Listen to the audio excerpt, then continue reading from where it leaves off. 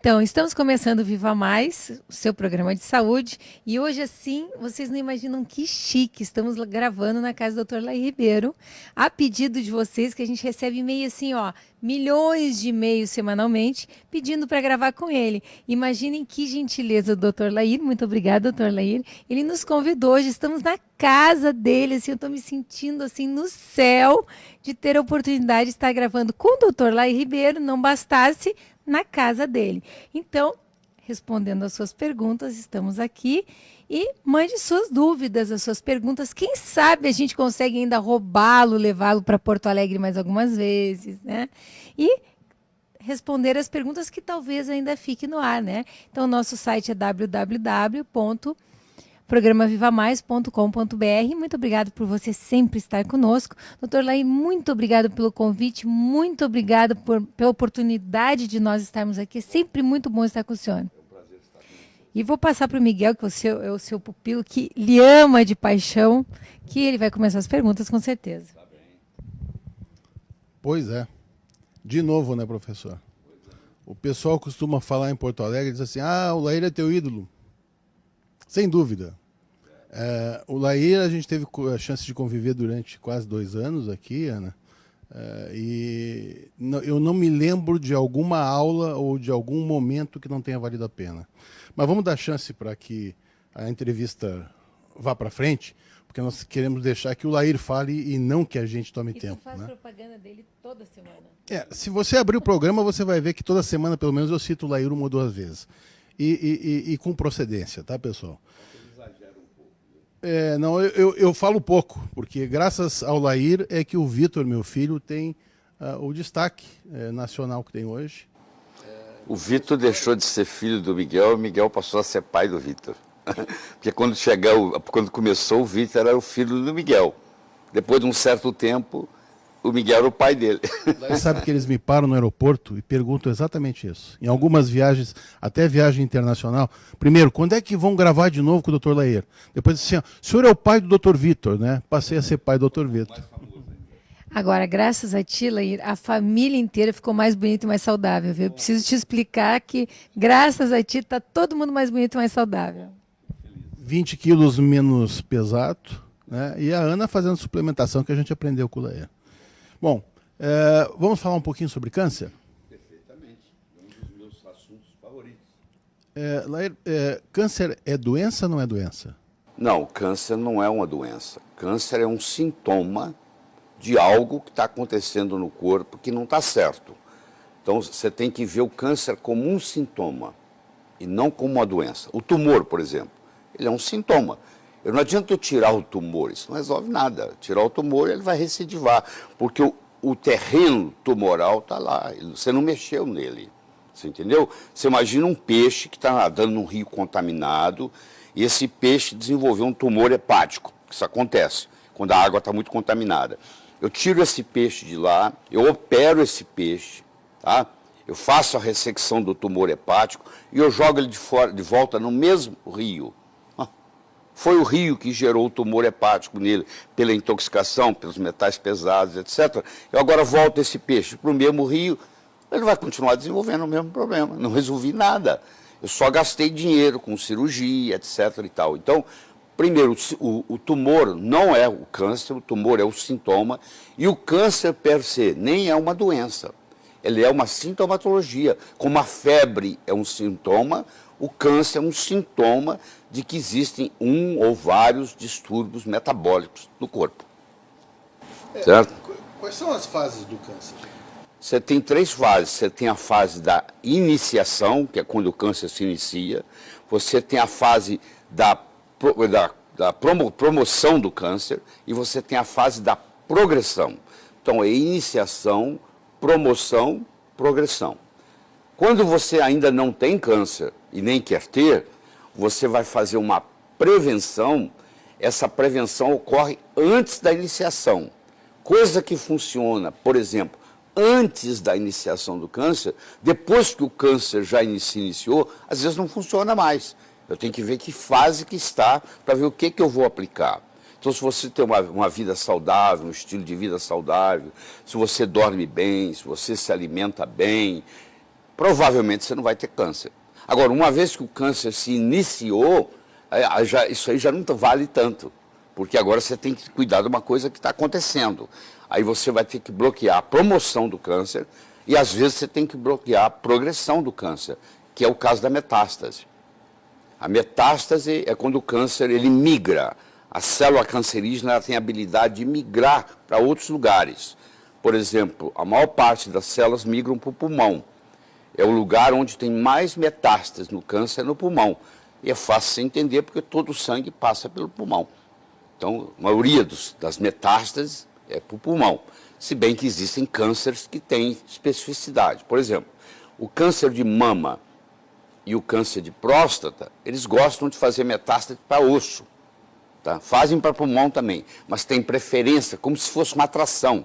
Tem até hoje substâncias químicas que eles estudam, e é como se o osso chamasse o câncer de mama, é como se o osso chamasse o câncer de próstata, entendeu? Tem uma certa preferência, mas para ter uma metástase, para uma célula migrar para outro lugar, e lá ela formar um outro tumor, que é o tumor metastático, isso requer uma série de requisitos, que se não estiverem presentes, vou dar um exemplo para você.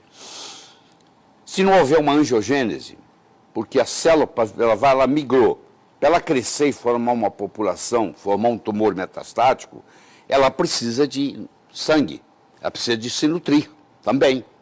E para ela se nutrir tem que ter vasos.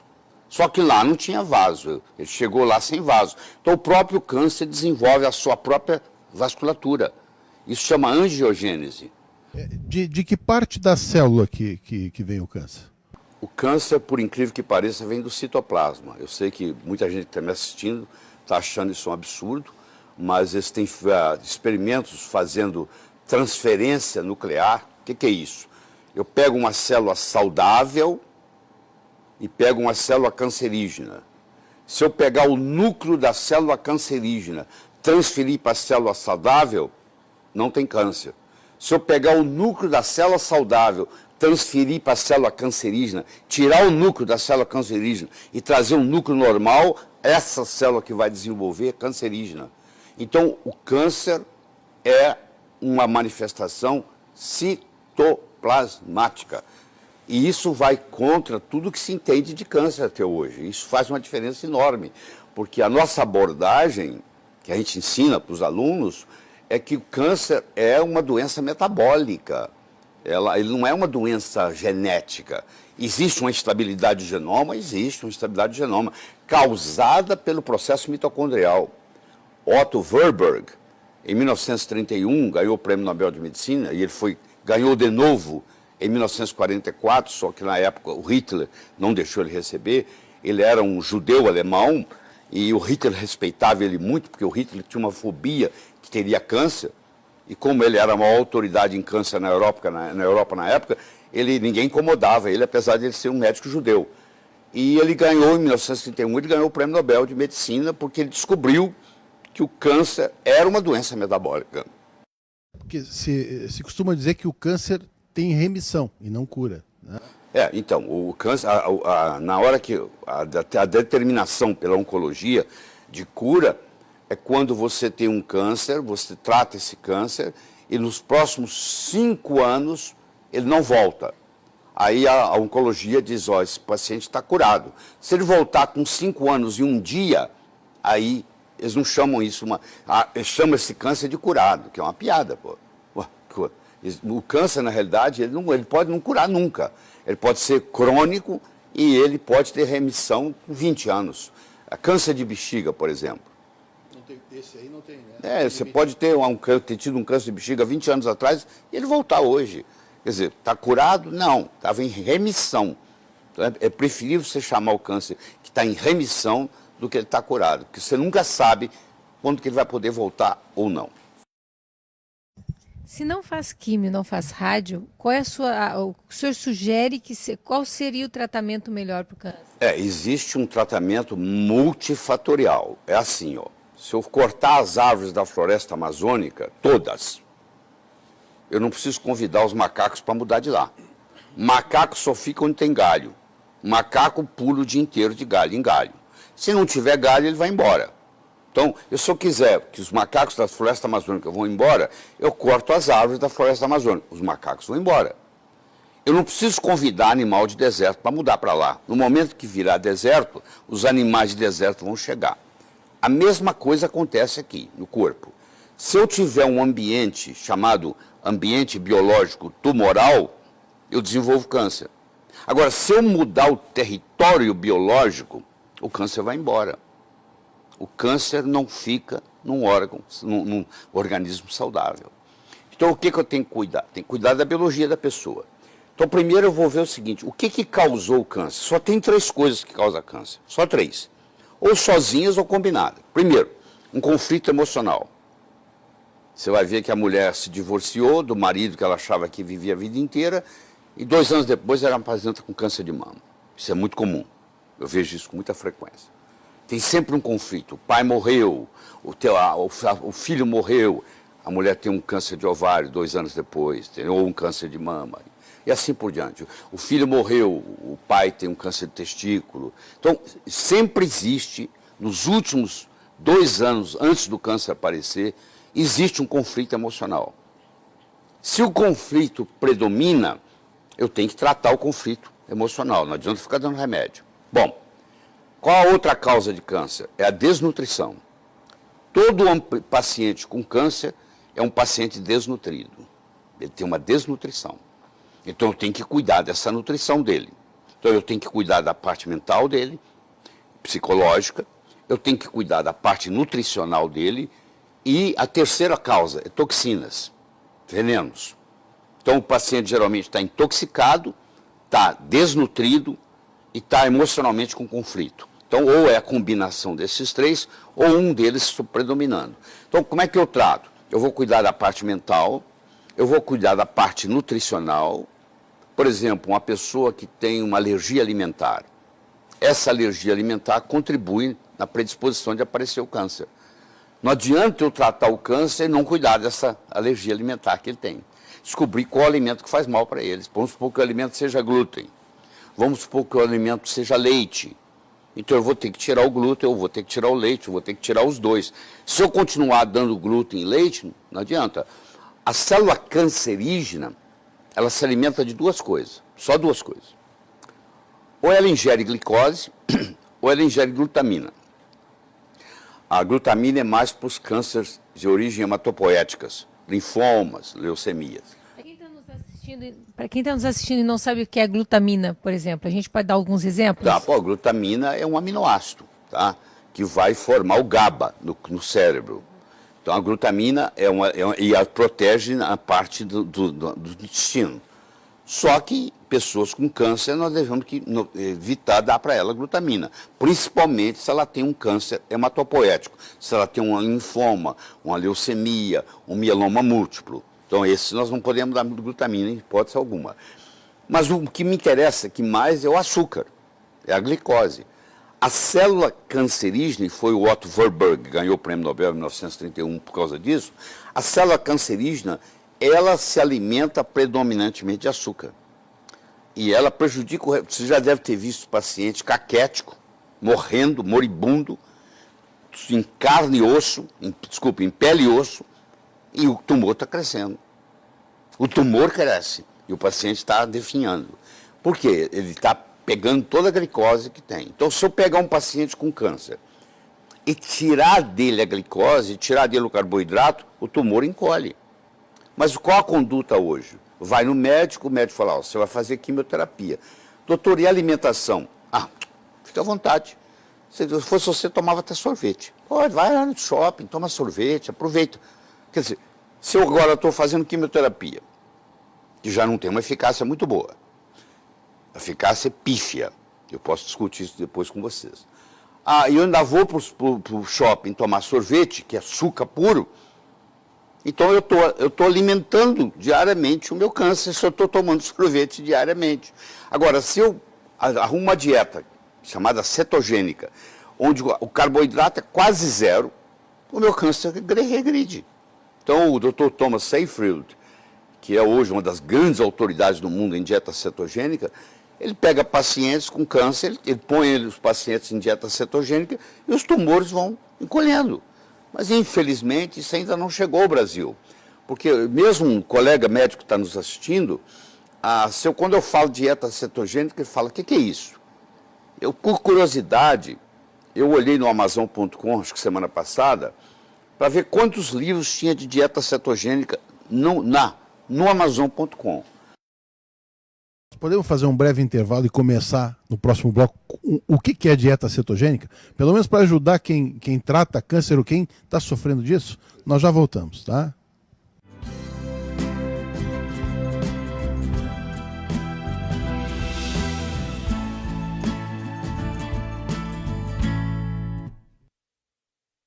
Cheguei.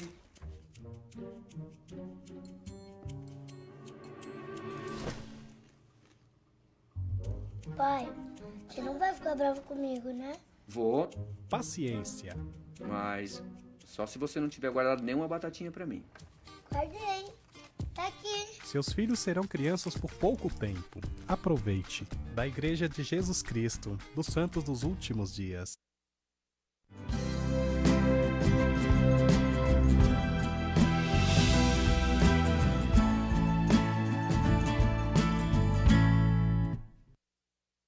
Pois é, então, aí eu olhei no Amazon.com, até 100 livros eu contei, tá?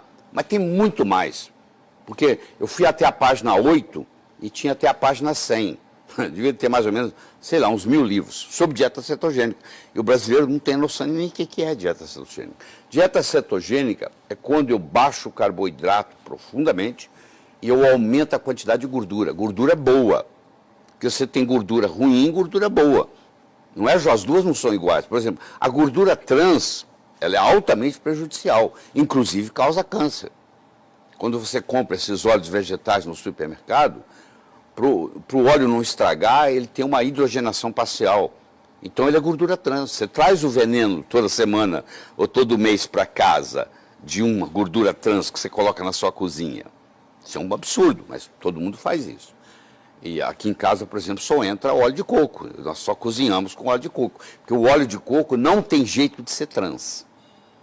Entendeu? O pessoal também conhece muito pouco de óleo de coco. Deve ter uns 40 livros no Amazon.com sobre óleo de coco. Eu recomendo, sei lá, estudar. Porque a maioria do que eu escuto na televisão é bobagem. A pessoa fala óleo de coco engorda. Então você não entende absolutamente nada de nutrição. Porque o capróico, o caprílico, o cáprico, o láurico são ácidos graxos de cadeia média. Eles não têm jeito de ser acumulados, não viram triglicérides, não pode ser acumulado no tecido adiposo e, pelo contrário, são até termogênicos. Em todos os lugares do mundo onde predomina a dieta do coco na culinária, você não tem obesidade. As pessoas são todas magras. Por exemplo, as ilhas do Pacífico, onde predomina a culinária do coco, todo mundo é magro, não tem obesidade. Tá?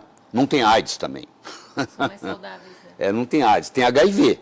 Mas não tem AIDS, porque o HIV para virar AIDS, o ácido láurico, que é predominante no coco, para você ter uma ideia, o leite materno tem 19% de ácido láurico, o coco tem 47%. Então o ácido láurico, quando ele cai no estômago, ele vira monolaurina. Ele mata fungo, ele mata bactéria, ele mata vírus, ele mata parasita. Então isso te dá uma saúde muito grande quando você se alimenta. Você não precisa usar filtro solar.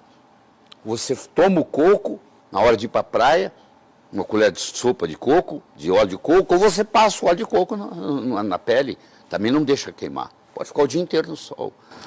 Então fica a dica, excelente protetor solar. Excelente protetor solar, natural, faz bem, é absorvido, vai contribuir. Não tem, a nossa família, todo mundo usa, as crianças, os netinhos, tudo usa óleo de coco para ir na praia. Tá?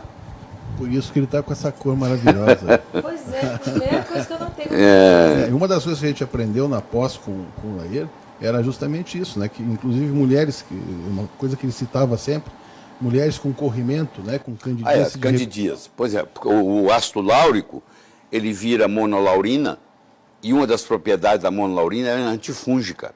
Então ela mata a Candida albicans. Porque a Candida albicans, ela pode evoluir para a Candida glabata e causar câncer.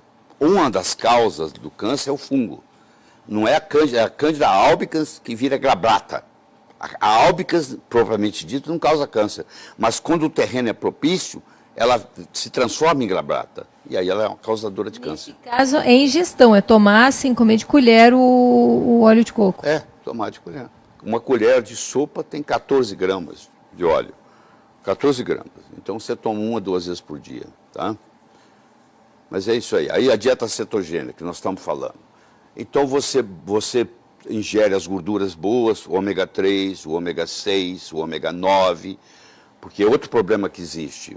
Todo lugar que você lê, você fala assim, mas nós temos muito ômega 6 e pouco ômega 3. É verdade, mas o ômega 6 que nós temos também está lesado, porque ele tá oxidado.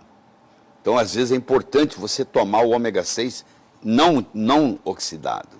Faz muito bem para a saúde quando você faz isso. Então, isso aí, quando predomina na sua dieta essas gorduras boas, e você cai o carboidrato, o câncer começa a diminuir. Você começa a tratar o câncer só com dieta. Entendeu? Nós trabalhamos com oxigênio, porque o Warburg mostrou que o oxigênio para a célula cancerígena é igual ao sol é para o vampiro. O vampiro tem que entrar no caixão e se fechar lá, porque se ele amanhecer o dia, o raio do sol mata ele, não é assim que é a lenda? Pois é, mais ou menos aqui. O oxigênio mata a célula cancerígena. Então, se eu tiver um tumor e eu jogar oxigênio nesse tumor, a célula cancerígena desenvolve apoptose. Porque o problema da célula cancerígena é que ela tem dificuldade de morrer. Ela tem uma telomerase aumentada e ela não tem a capacidade apoptótica, que é a morte natural por suicídio, então ela vai proliferando e vai aumentando. Quando você joga oxigênio nela, é um jeito dela morrer, entendeu? Então tem várias abordagens que você tem que fazer. E os detox, tem muito câncer com metal pesado, que é a oncologia clássica não dá bola, que mercúrio, chumbo, alumínio, que predispõe ao câncer. Então isso tem que ser retirado, quelado. Entendeu? Você faz quelação, inclusive oral.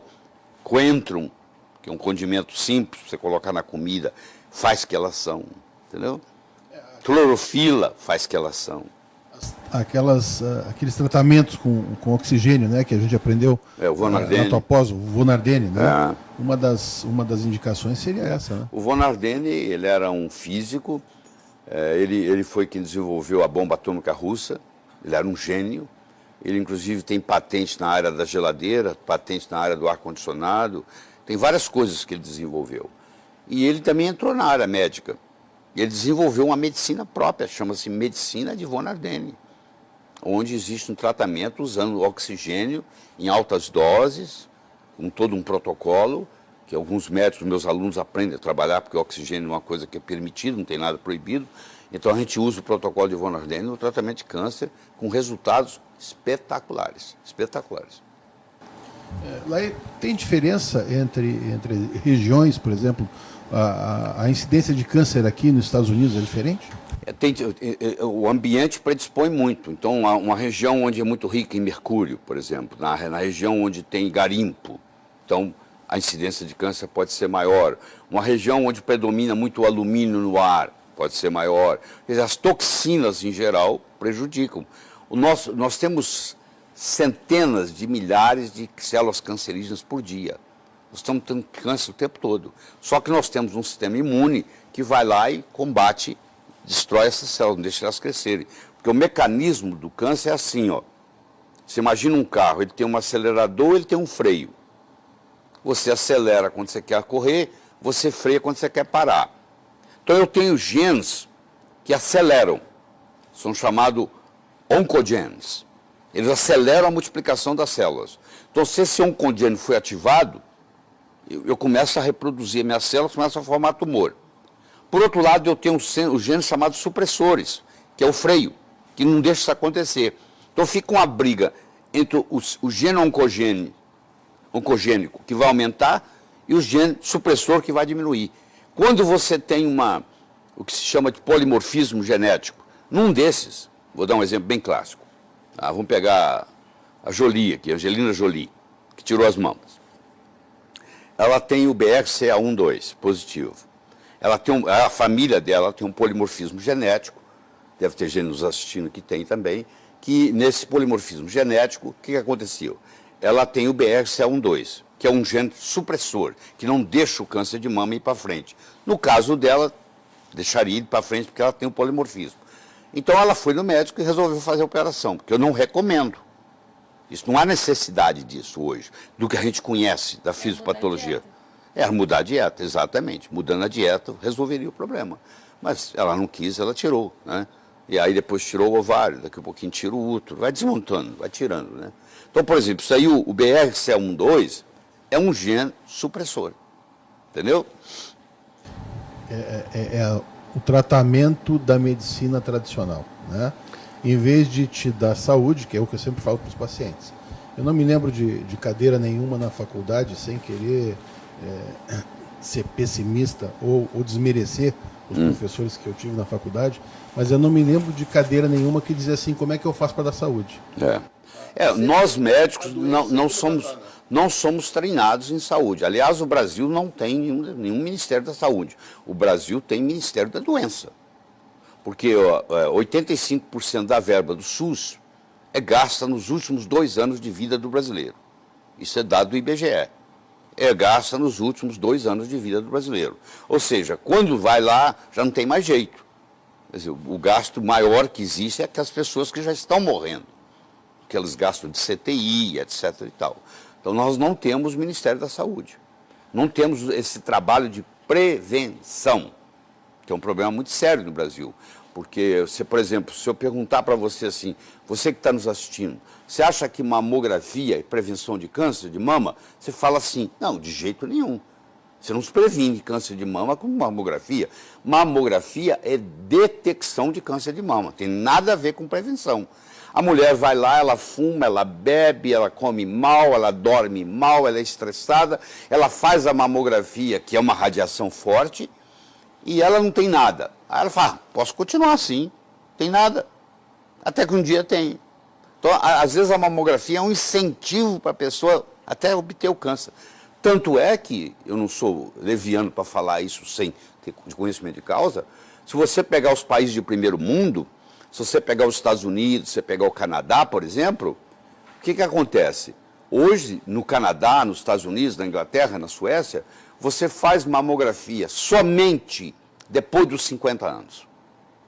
E tem que esperar pelo menos 3 anos entre um e outro. Eu conheço uma mocinha aqui no Brasil com 25 anos de idade, faz mamografia todo ano.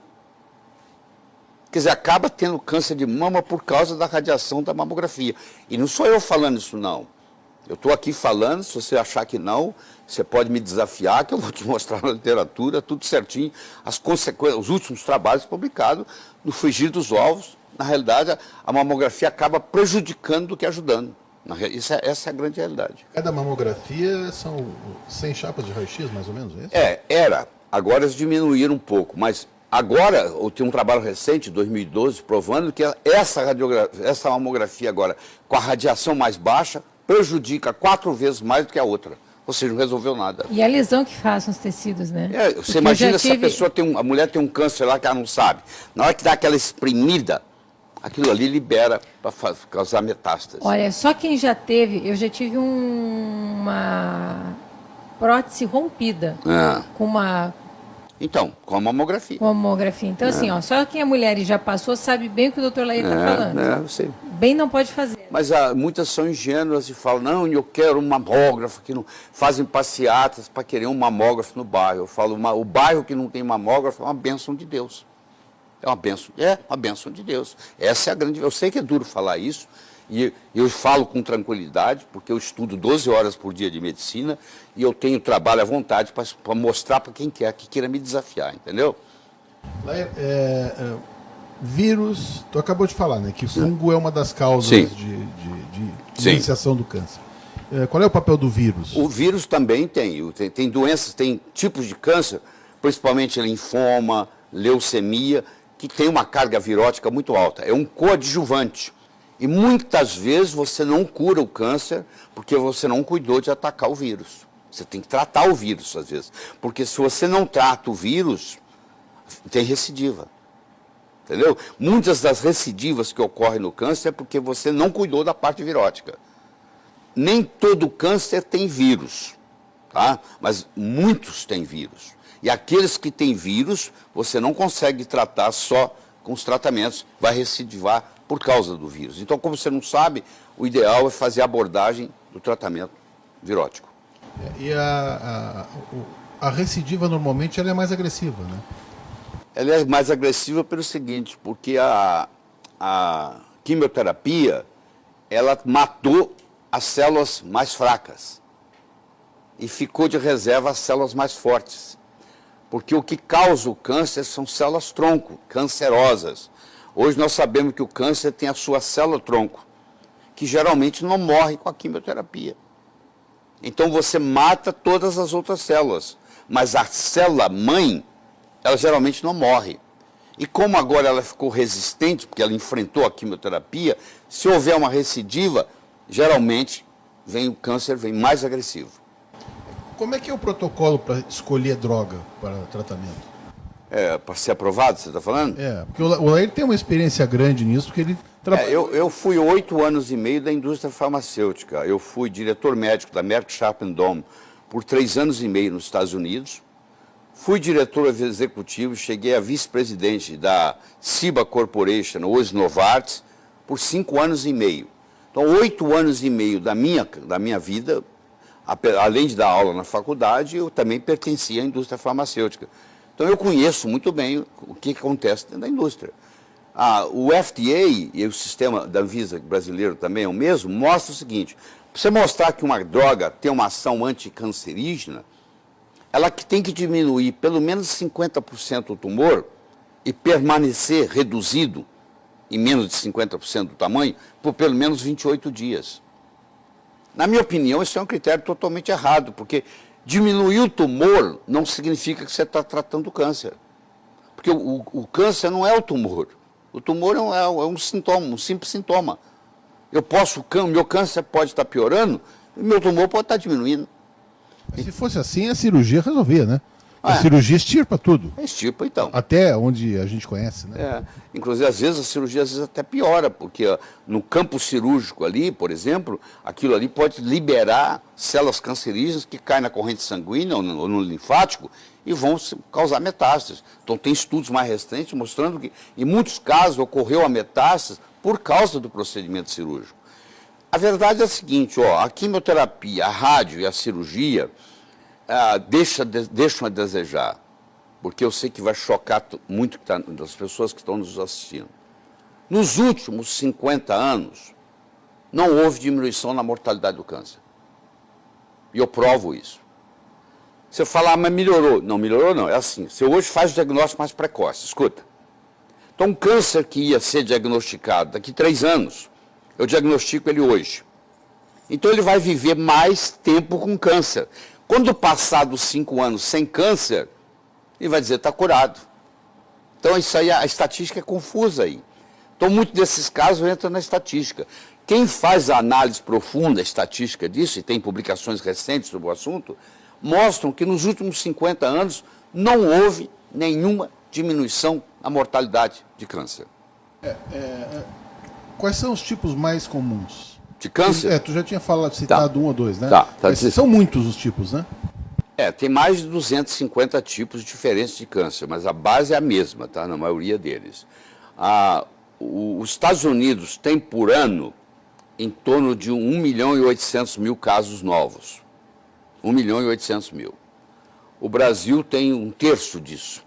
Ele tem mais ou menos 600.000 casos, 680.000 casos novos por ano.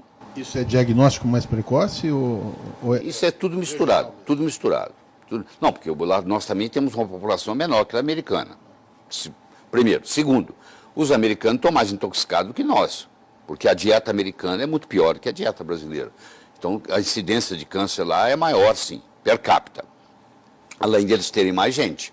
Então, também mostra essa diferença. No Brasil, os cânceres são, o mais comum deles é pele, depois é próstata, depois é mama, depois é intestino, depois é pulmão. Essa é a ordem.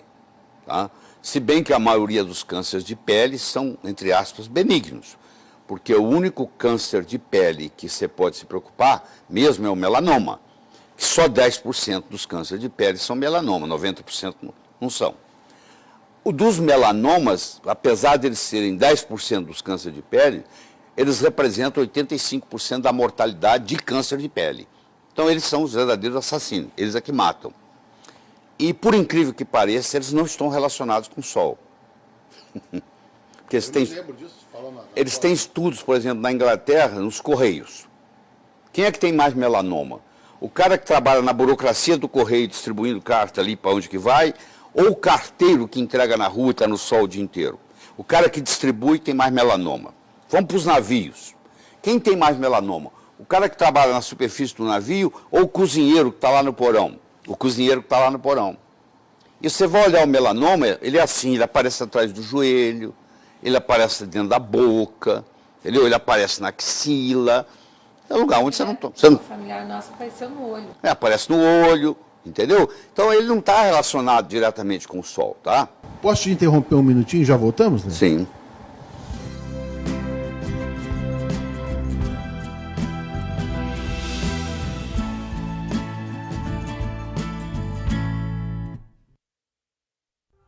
Você sonha com agilidade ao dirigir, com incrível design aerodinâmico, segurança e precisão nas curvas e a potência que você sempre quis. Poucas coisas na vida falam mais sobre você do que o carro que você dirige. Sua família. Não está na hora de você se dedicar a ela? Da Igreja de Jesus Cristo dos Santos dos Últimos Dias.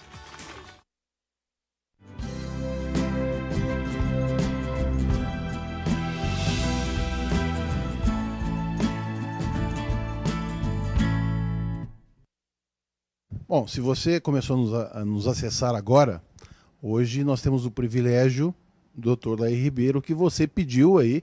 Tem muita gente que, como a gente repete muito os programas do Laí, olha, eu já assisti umas 3 ou 4 vezes o mesmo programa, será que vocês não podiam gravar outro? Então nós viemos a São Paulo, estamos na casa do Laí, gravando especialmente para você. E nós sabemos que são os programas de maior acesso. O Laí hoje está falando sobre câncer. Você pode acessar o início do programa, isso fica gravado na internet, www.programavivamais.com.br. Você acessa todos os programas, inclusive o início desse programa. E eu interrompi o Laí, muito a contragosto, mas a gente tem que fazer uma pausazinha. O Laí fala muito bem, se pudesse eu deixava só ele falando. E ele estava falando em melanoma, né, Laí? Que inclusive existe esse mito de que o melanoma acontece mais em quem pega mais sol, e ele estava justificando que justamente é o contrário. E não é só isso não, se você olhar o globo terrestre, quanto mais longe você estiver do Equador, maior a incidência de melanoma. Então eu tenho mais melanoma mais para o norte e mais para o sul do Equador, entendeu? Vou dar um exemplo, pessoal em Porto Alegre tem mais melanoma do que o pessoal de Fortaleza. Pode olhar nos dados do IBGE que você vai ver. Porque a Fortaleza está muito mais perto do Equador do que Porto Alegre. E a estatística é essa mesmo. Então, se a estatística é essa, que quanto mais você se afasta do Equador, mais melanoma você tem, então essa teoria de que o câncer causa melanoma é uma piada, na minha opinião, é uma piada. E eu tenho outra coisa, o raio solar, você tem o raio ultravioleta, você tem o A, o B e o C. O raio ultravioleta C não chega até nós, não chega aqui na crosta terrestre. Ele é bloqueado lá em cima, então esquece ele. Vamos pegar o A e o B, tá? Então, 5% da radiação solar que você recebe de raio ultravioleta é B, 95% é A. A maioria dos filtros solares que você compra ali na esquina, eles bloqueiam o B e deixam o A livre. O A é que causa esses cânceres locais, localizados. Então, olha que paradoxo, você está bloqueando uma coisa que não é a que causa. Hoje há uma mudança, estão fazendo os chamados filtros solares largo espectro, para pegar o A e o B, mas eu venho falando disso tem 20 anos.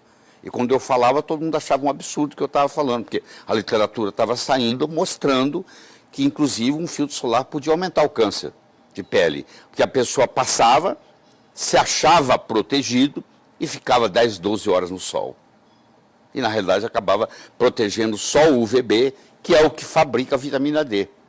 E a vitamina D, ela tem muito a ver com câncer, porque ela protege você contra o câncer. Uma pessoa que tem câncer, seja ele qual for, dos 250 tipos, e tem uma vitamina D baixa, ela tem uma predisposição muito maior de morrer desse câncer. Então, eu acho que um dia vai ser até malpraxis. O médico um dia vai poder ser condenado se ele está tratando de um paciente com câncer e ele não está cuidando da vitamina D desse paciente.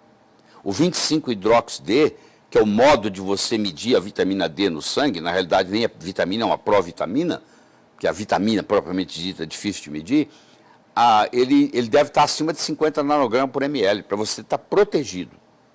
Então, se você me perguntar assim, você conhece alguma vacina contra câncer? Conheço. Se você mantiver os seus níveis de 25-hidrox-D no sangue acima de 50 nanogramas por ml, entre 50 e 90, você está protegido contra muitos cânceres. Por exemplo, você está protegido contra o câncer de mama, você está protegido contra o câncer de próstata. É impressionante a literatura. Tem a redução de câncer de mama, quando você eleva os seus níveis de vitamina D acima de 50 nanogramas, chega a ser mais de 50%. Como é que a gente baixa essa insulina, Leia? De novo, é com a dieta, porque a diabetes não é uma doença que vai ter um remédio que vai resolver. Não existe nenhum remédio que vai resolver o problema da diabetes. Diabetes é uma doença nutricional. Doença nutricional não se resolve com remédio. Pode remediar, mas não resolve. Vai ter a ver com a nutrição. Então, eu sei que é um grande...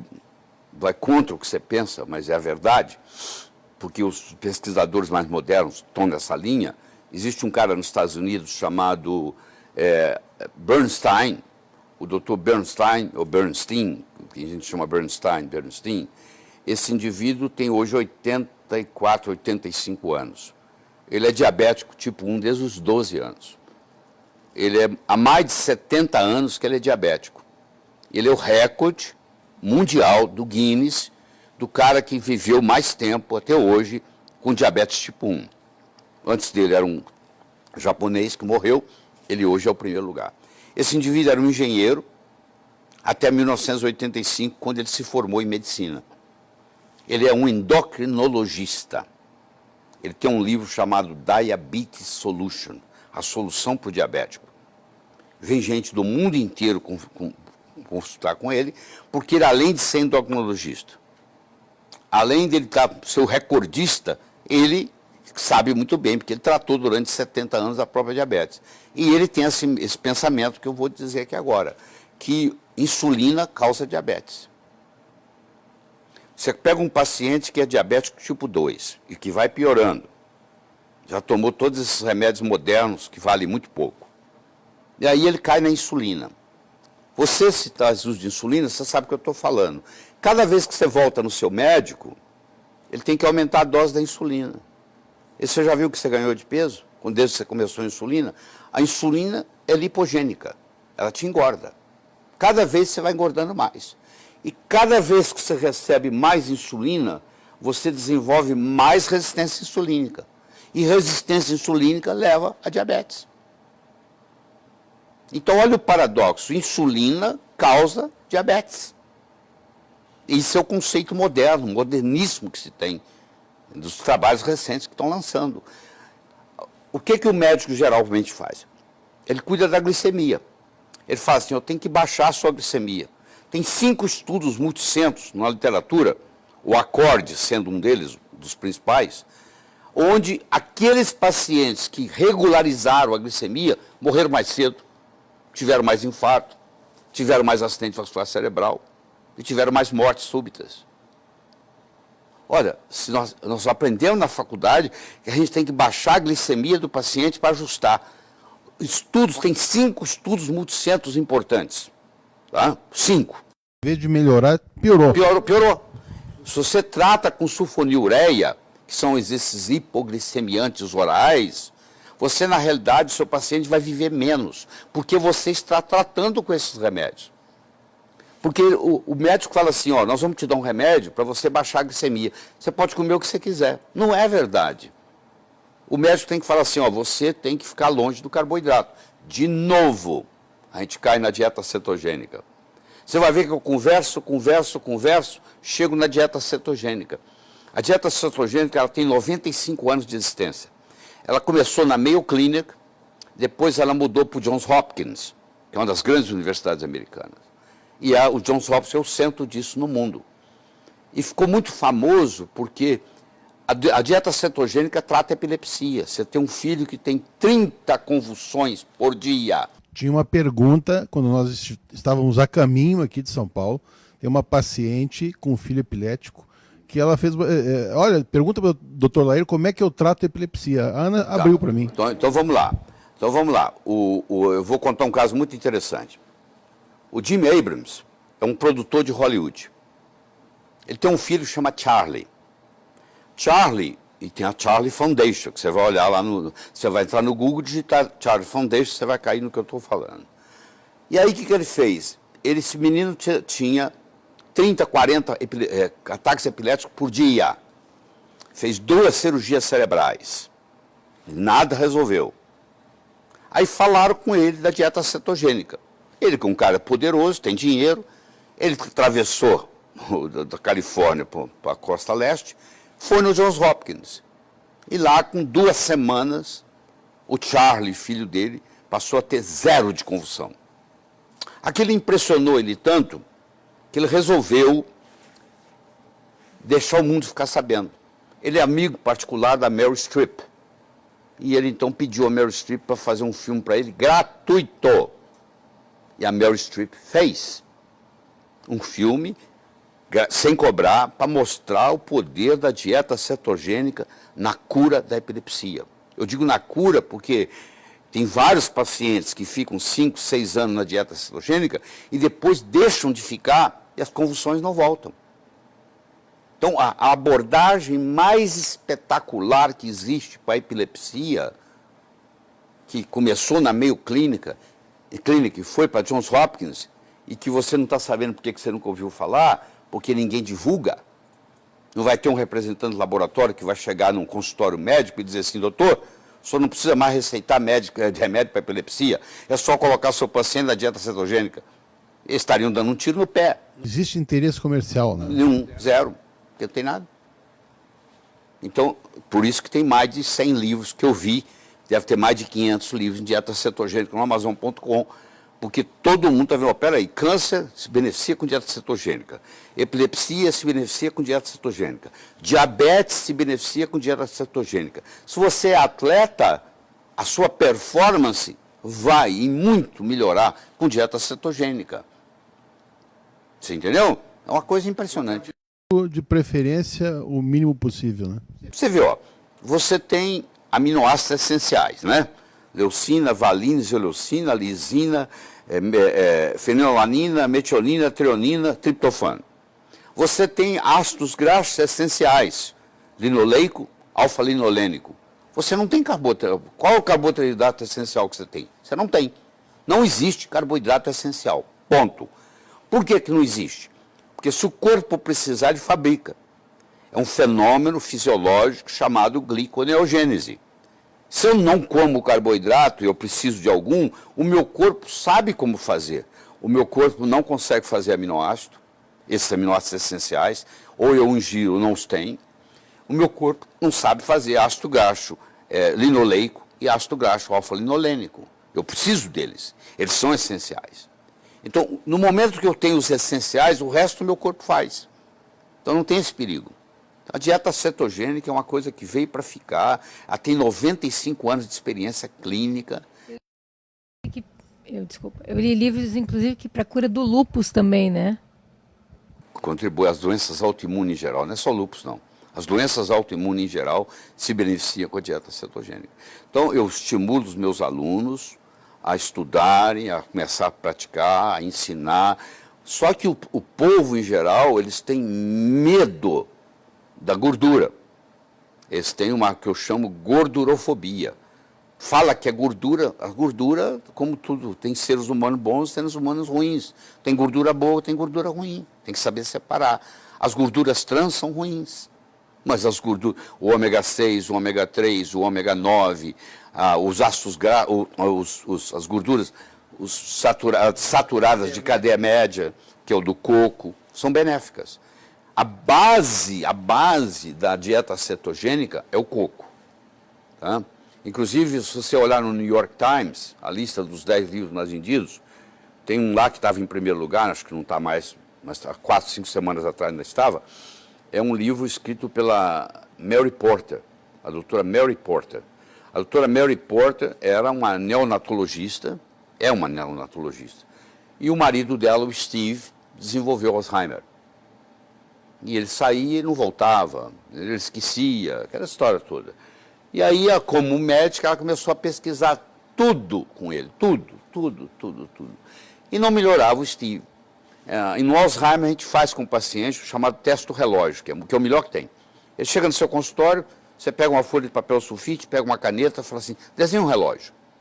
Aí você vai ver que ele não tem condições de desenhar um relógio. Ele esquece o ponteiro de segundo, ele esquece o ponteiro do minuto, ele esquece o número, ele não faz o relógio certo. Aquilo ali você guarda na sua gaveta. Agora você implementa um tratamento, daqui 3, 6 meses você pede para desenhar o relógio de novo. Se o relógio melhorar, é porque está melhorando. Se o relógio piorar, é porque está piorando. É muito interessante isso. Então ela fez nele o teste do relógio. E aí ela começou a estudar, caiu na dieta cetogênica. Começou a estudar a dieta cetogênica, caiu no óleo de coco. Aí ela falou assim, pô, eu não tenho nada que perder, pô. Eu vou dar para o Steve óleo de coco. E ela começou a dar óleo de coco, e você vai ver no livro dela. 2 semanas depois, o relógio já melhorou. 4 semanas depois, nem se falava. E o Steve voltou a dirigir. Dirige até hoje, está dirigindo. Eu fui para a Alemanha no final do ano passado, e ela deu um curso para nós lá. Ela saiu dos Estados Unidos, eu fui lá assistir o curso dela. E ela mostrou a história dele, voltou a dirigir, voltou a fazer conta, ele é contador, entendeu? Uma mudança radical com óleo de coco, gente. O Brasil é tão rico em óleo de coco. As pessoas vão para a televisão falar mal de óleo de coco, a pessoa não tem noção de nada, nenhuma noção de bioquímica, nenhuma noção de nada, fica falando bobagem do óleo do coco. Pô, vai estudar, pô, tem tanto livro de óleo de coco na literatura. Já vi colega colocar em jornal de capa, tá? Óleo de coco, azeite de dendê e outras coisas, colocar tudo na mesma turma, né? Tem a literatura aí, é muito simples, você entra no Google acadêmico, www.score.google.com, e digita lá Coconut Oil and Disease. Você vai ver lá a quantidade de trabalho que tem nas doenças as mais variadas. E o Brasil é tão rico nisso, ninguém aproveita. Aqui em casa, ó, nós só cozinhamos com óleo de coco. Aqui em casa, se você for na mesa daqui a pouco, você vai ver que você vai tomar água de coco fresquinha, que foi quebrado do coco hoje. De 15 em 15 dias me entregam 30 cocos aqui, a gente quebra aqui na cozinha. Toma água, todo dia eu tomo água de coco, todos os dias. Você entendeu? Você toma, eu me lembro que você tinha sugerido tomar uma colher de óleo de coco de manhã e uma de noite. Você continua fazendo isso? Tratamento, né? Prevenção não precisa ser isso, não. Tá? Eu tomo água de coco, eu cozinho com a banha de coco, com a chamada, você pode chamar óleo de coco ou gordura de coco. Qual a diferença? Depende de onde você mora e qual o clima que está no momento. O coco, o ponto de fusão do coco é 23 graus. Se o dia hoje estiver mais quente, ele é óleo. Se o dia estiver mais frio, ele é gordura. Por isso que no sul você chama de gordura de coco e no norte, nordeste, você chama de óleo de coco. Porque lá ele está sempre líquido. E no sul, na maioria das vezes, ele está gordura. Eu sei que você está fazendo um curso específico de câncer. Eu recebi, inclusive, da Solange e tal. Tá? Quanto tempo é esse curso? Eu acho que isso até é serviço de utilidade pública para quem Esse curso são 3 dias, é uma sexta, sábado, domingo, vai das 9 às 18, com 1h15 para almoço. É um curso intensíssimo, pesado, para médicos e nutricionistas, porque hoje a nutricionista tem um papel muito grande no tratamento do câncer, já que a principal arma que nós temos para tratar o câncer é a arma nutricional. Se você está fazendo tratamento de câncer, você pode estar no MD Anderson, que é o maior centro oncológico do mundo em Houston. Você pode estar no Sloan Kettering, que é o segundo maior do mundo em Nova York. E se você não estiver fazendo uma dieta apropriada, não resolve nada. Provavelmente, que aí você vai fazer análise dos tratamentos de câncer, por exemplo, na quimioterapia. No frigir dos ovos. depois de 5 anos, eu tenho um trabalho aí para alguém me desafiar e eu mostrar. O benefício é 2,3%. Isso nós estamos falando de 260 mil pacientes com câncer. Metade deles na Austrália, metade nos Estados Unidos. Acompanhamento de 5 anos, pelo menos. No frigir dos ovos, no final de 5 anos. Quando você soma tudo, a melhora é de 2,3%. Isso nós estamos falando só em melhora, né? Você não está falando em complicação. Não estou falando que a vida é bem pior quando você está tomando químio, né? Não tenha dúvida. A qualidade de vida é pior possível, né? A pessoa vomita, cai o cabelo, você sabe de tudo isso, não precisa... Mas nós vamos fazer mais 2 programas com o Dr. Lair, se possível. Se eu digo se possível, porque nós acabamos chegando atrasado em função do movimento aqui em São Paulo. Eu sou paulista, nasci em São Paulo, mas já tinha me esquecido como é que era viver aqui. Nós queremos agradecer muito o Dr. Lair. Então, se você tem dúvida, eu acho que você pode acessar novamente o programa, você vai pegar o programa inteiro. E acho que para quem trabalha com saúde, eu sou suspeito porque eu fiquei 2 anos com o Lair. Mesmo aqui na entrevista, eu já posso numerar umas 3 ou 4 coisas novas que eu aprendi e que eu vou atrás para estudar.